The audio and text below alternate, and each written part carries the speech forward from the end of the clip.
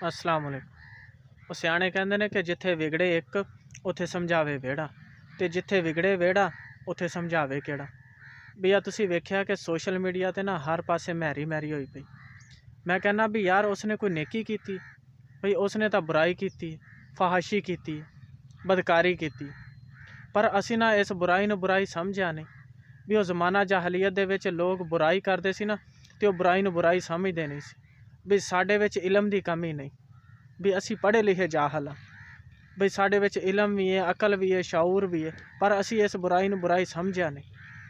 ਔਰ ਇਹਨੂੰ ਸ਼ੇਅਰ ਅਸੀਂ ਸੋਸ਼ਲ ਮੀਡੀਆ 'ਤੇ ਕੀਤਾ ਵੀ ਜਿੱਥੇ ਸਾਨੂੰ ਇੱਕ ਨਹੀਂ ਦੋ ਨਹੀਂ ਸਾਨੂੰ ਲੱਖਾਂ ਹਜ਼ਾਰਾਂ ਲੋਕ ਵੇਖਦੇ ਨੇ, ਵੀ ਅਸੀਂ ਫਾਹਸ਼ੀ ਨੂੰ ਹੀ ਫੈਲਾਇਆ। ਉਹ ਸਾਡੀ ਹਕੂਮਤ ਨੂੰ ਚਾਹੀਦਾ ਸੀ ਕਿ ਇਹ ਗੰਦ ਜਿੱਥੋਂ ਅਪਲੋਡ ਹੋਇਆ ਨਾ, ਇਹਨੂੰ ਉੱਥੇ ਹੀ ख़त्म ਕਰ ਦਿੰਦੇ, ਉਹਨਾਂ ਆਈਡੀਆਂ ਨੂੰ ਬੈਨ ਕਰ ਦਿੰਦੇ। ਤੇ ਫਿਰ ਇਹ ਜਿਹੜਾ ਮੋਬਾਈਲ ਹੈ ਨਾ, ਇਹ ਕੋਈ ਇਕੱਲਾ ਮੁੰਡੇ ਤਾਂ ਚਲਾਉਂਦੇ ਨਹੀਂ, ਨਾ ਬਜ਼ੁਰਗ ਚਲਾਉਂਦੇ ਨੇ, ਇਹ ਮਾਈਆਂ ਬੀਬੀਆਂ ਭੈਣਾਂ ਇਹ ਬੱਚੇ ਤੱਕ ਚਲਾਉਂਦੇ ਨੇ। ਫਿਰ ਉਹਨਾਂ 'ਤੇ ਕੀ ਅਸਰ ਪੈਣਾ? ਫਿਰ ਅਸੀਂ ਕਹਿੰਦੇ ਹਾਂ ਕਿ ਫਲਾਂ ਇਲਾਕੇ ਦੇ ਵਿੱਚ ਨਾ ਫਲਾਂ ਵਾਕਿਆ ਹੋ ਗਿਆ, ਵੀ ਜਦੋਂ ਅਸੀਂ ਫਾਹਸ਼ੀ ਫੈਲਾਈਏ, ਬਦਕਾਰੀ ਫੈਲਾਈਏ, ਬੁਰਾਈ ਫੈਲਾਈਏ ਤੇ ਉਦੋਂ ਬੁਰਾਈ ਹੋਣੀ ਹੈ, ਵੀ ਅਸੀਂ ਨੇਕੀ ਦੀ ਉਮੀਦ ਨਹੀਂ ਰੱਖ ਸਕਦੇ। ਉਹ ਕਿਸੇ दानिशवर ने लिखा ना कि दिल के फफूले जल उठे सीने के दाग से, इस घर को आग लग गई घर के चिराग से।